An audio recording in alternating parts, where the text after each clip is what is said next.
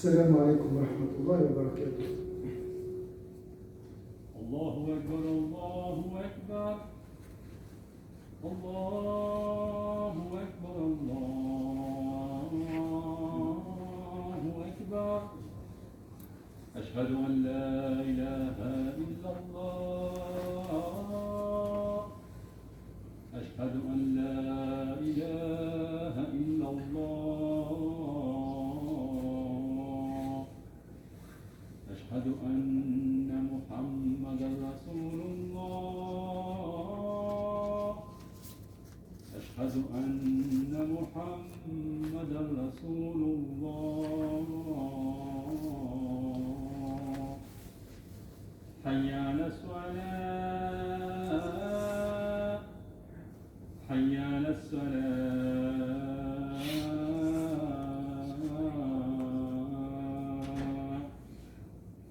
حي على الفلاح حي على الفلاح.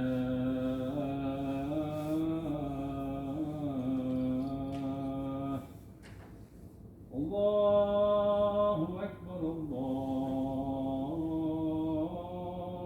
أكبر. لا إله إلا الله.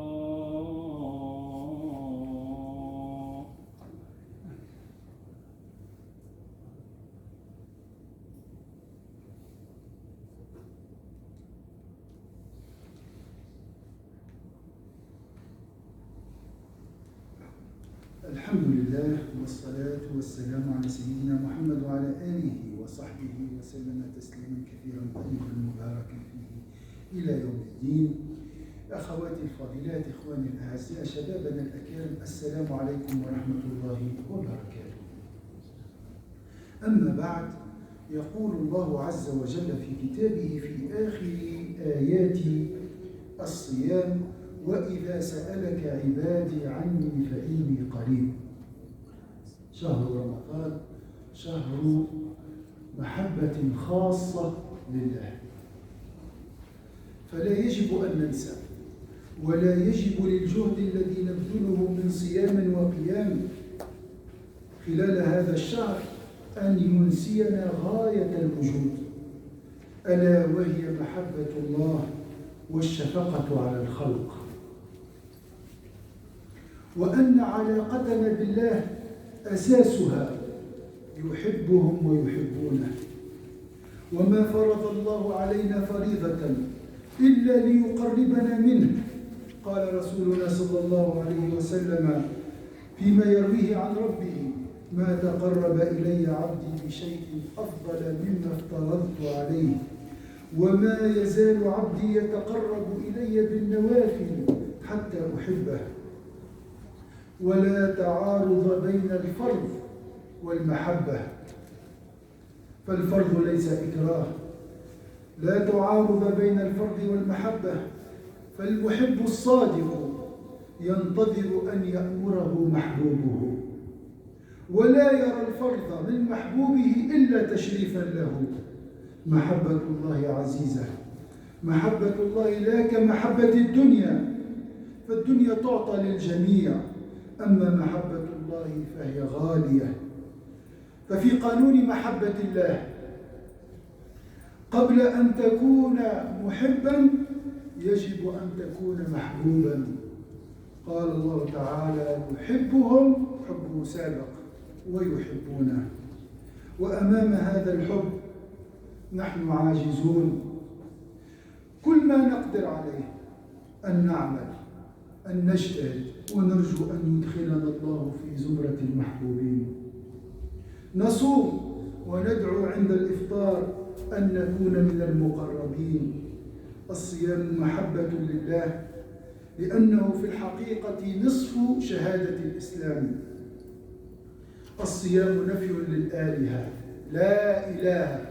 الصيام لا إله، لا إله، لا أكل، لا شرب، لا جماع، لا نفس، لا ثأر، لا غضب أكبر من الله. هو قولنا لا إله، وهو إعداد لنا لقول إلا الله، فيحررنا من الشهوات والشهوات هي نار الدنيا. الشهوات هي نار الدنيا. قال رسولنا صلى الله عليه وسلم: حفت النار بالشهوات وحفت الجنة بالمكاره. الصيام يحررنا من نار الشهوات ليفتح لنا أبواب الجنة، جنة الدنيا والآخرة. أما جنة الدنيا فهي محبة الله، وأما جنة الآخرة قال: وفرحة عند لقاء ربه، أي عند رؤية وجه الله الكريم إن شاء الله. في الحقيقة ساعات الصيام هي ذكر لله، ذكر متواصل من خلال الامتناع عن الأكل والشرب والفواحش أمام الشهوة، أمام الغضب. ماذا تقول كصائم؟ تقول: إني صائم. صائم لمن؟ صائم لله. فالذي يمنعك هو الله عز وجل. الصيام ذكر لله ولكن بدون لسان، والذكر هو لقاء مع الله عز وجل، والسعادة في ذلك اللقاء. وأما الهدية، هدية هذا اللقاء، فالهدية في النهاية هي التي من الله علينا بها في آخر اليوم. قال رسولنا صلى الله عليه وسلم: للصائم دعوة لا ترد. وبعد ما سمعت ما سمعت، هل ستطلب شيئا عند مناجاتك لله، عند فطرك، عند التراويح، عند التهجد، عند الثلث الأخير من الليل، غير ما قاله نبينا صلى الله عليه وسلم: اللهم إني أسألك حبك وحب من يحبك والعمل الذي يبلغني حبك. اللهم اجعل حبك أحب إلي من نفسي وأهلي ومن الماء البارد. أقول ما تسمعون وأستغفر الله لي ولكم من كل ذنب فاستغفروه إنه هو الغفور الرحيم.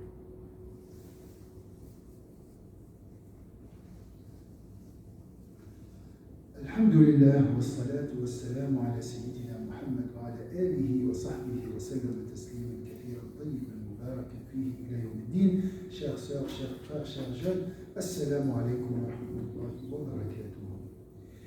Allah dit dans le Coran: et quand mes serviteurs t'interrogent pour moi, alors je suis tout proche. Le titre de ce sermon, le mois de Ramadan, est une rencontre avec notre bien-aimé. L'effort fourni pour la maîtrise de soi pendant le mois béni, le mois de Ramadan, ne doit pas nous faire oublier la finalité du jeûne. C'est quoi la finalité du jeûne? La finalité de toute adoration, la finalité de notre existence, c'est quoi? Le sens de notre vie, c'est quoi? C'est l'amour d'Allah Azza wa Jal et la compassion envers ses créatures. La nature de notre relation avec Allah est fondée sur un amour réciproque, sur un amour mutuel. Allah dit: il les aime et il l'aime. Allah nous a prescrit le jeûne de 30 jours pour mieux le connaître, pour l'aimer et pour se rapprocher davantage de lui. Dans un hadith Qudsi, le prophète Allah Azza wa Jalla a dit: parmi tous les moyens employés par mon serviteur pour se rapprocher de moi, rien ne m'est plus agréable que la pratique de ce que je lui ai imposé. La meilleure chose qui te rapproche d'Allah est ce qui est obligatoire, la prescription. Mon serviteur ne cesse de se rapprocher de moi par des actes surrogatoires jusqu'à ce que je l'aime. Le jeûne est une prescription d'Allah, selon le verset. Ô les croyants, on vous a prescrit as-siyam comme on l'a prescrit à ceux d'avant vous. Ainsi atteindrez-vous la piété. Et j'aimerais bien que le croyant convertisse le mot prescription par amour. Il y a une différence entre obligation, prescription et contrainte. Mais tu objecteras. Obligation et amour, c'est un peu contradictoire, n'est-ce pas? L'amour de ce bas monde ne demande pas d'effort. car la matérialité est un moyen pour survivre. C'est un amour qui est donné à tout le monde afin que cette existence perdure. L'amour d'Allah n'est accordé qu'à ceux qu'Allah aime.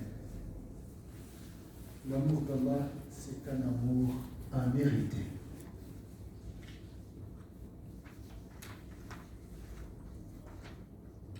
Et avant que tu sois amant d'Allah, tu dois mériter le privilège d'être bien-aimé d'Allah.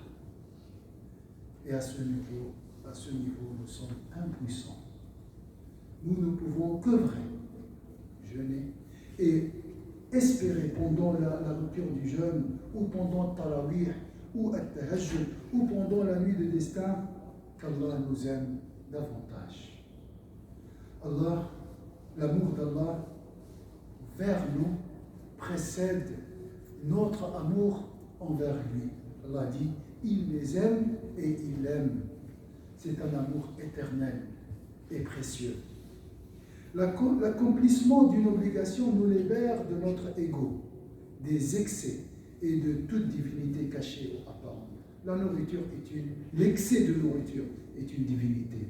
L'excès de désir est une divinité. L'excès de colère est une divinité. Donc le jeûne, en réalité, c'est la moitié de l'attestation de la foi. Il n'y a point de divinité. J'essaie de chasser toutes les idoles en dehors d'Allah Azzawajal avant de dire hormis Allah. L'amour d'Allah est rare et dépasse notre entendement. Il est tout puissant que la raison. Il est plus puissant que la raison, plus puissant que toute chose. Et c'est pour cela qu'il est très difficile à définir. Le mois de Ramadan, à travers la maîtrise de l'excès, de la colère et du désir, qui sont les causes de nos malheurs, l'excès de désir et de colère sont les causes de nos malheurs, nous ouvre les portes de l'amour d'Allah, qui est en réalité un paradis sur terre. C'est le seul réel bonheur, l'amour d'Allah. Le prophète dit, quand vient le mois de Ramadan, les portes du paradis, et souvent on pense aux portes du paradis céleste, les portes du paradis céleste et terrestre sont ouvertes, les portes de l'enfer sont fermées et les diables sont enchaînés. Le mois de Ramadan est un moment propice, est une opportunité pour entrer en confidence, pour s'isoler, surtout pendant le dernier tiers de la nuit ou pendant la dernière décade de ce mois béni avec son bien-aimé, en absence de tout élément perturbateur qui peut altérer les délectations de cette confidence. Le prophète dit, les démons sont enchaînés. Lorsqu'Allah nous ouvre, regardez cette image, nous ouvre les portes du paradis, les portes de ces jardins. Et un héros, peut-être devant les portes, nous appelle, ô toi qui cherches à faire le bien, accours. Il veut en réalité nous inviter à sa rencontre. Imaginez le paradis comme un jardin dans le château d'un roi, pour avoir l'exemple sublime. Les 18 heures de jeûne sont une rencontre avec Allah Azza wa Jal. C'est un rappel permanent d'Allah Azza wa Jal, différent du souvenir d'Allah par la langue. Pendant les heures du jeûne, le sacrifice, l'abstention de manger, dire face à une provocation, face à un désir, je jeûne, mais tu jeûnes pourquoi? Pour Allah Azza wa Jal. Donc c'est un rappel permanent pendant des heures d'Allah Azza wa Jal. Donc l'abstention de manger et d'avoir un rapport intime depuis l'aube jusqu'au coucher du soleil te rappelle Allah Azza wa Jal. À la fin de cette rencontre, après des heures de jeûne, Allah nous a réservé un cadeau, un présent. Nos invocations sont exaucées. Il n'y a pas de condition ici. la demande du jeûneur est exaucée. L'invocation de celui qui jeûne sera exaucée chaque fois qu'il rend son jeûne. Après tout ce qu'on a entendu, qui demandera autre chose que de rester avec Dieu, surtout après le mois de Ramadan, et d'être toujours parmi ses bien-aimés. Je pense que la meilleure invocation à demander lors de la rupture du jeûne est « Oh Allah, permets-moi de t'aimer ». Vous voyez la permission d'être aimé. C'est un privilège d'Allah.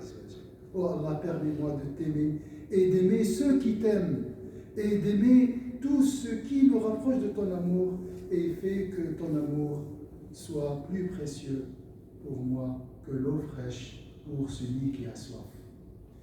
Un autre moyen qui nous rapproche d'Allah Azza wa Jalla, toute dépense, tout effort dans la voie d'Allah Azza wa Jalla nous rapproche d'Allah Azza wa Jalla. Le frère Cheikh Saïd nous demande et nous propose, Inch'Allah, de participer à la construction d'une mosquée à Château-Chinon. Donc il reste un petit montant, Inch'Allah. Vraiment, c'est un cadeau aussi pour nous, hâter vers ce privilège d'être parmi ceux qui dépensent pour la construction des maisons d'Allah Azza wa Jal.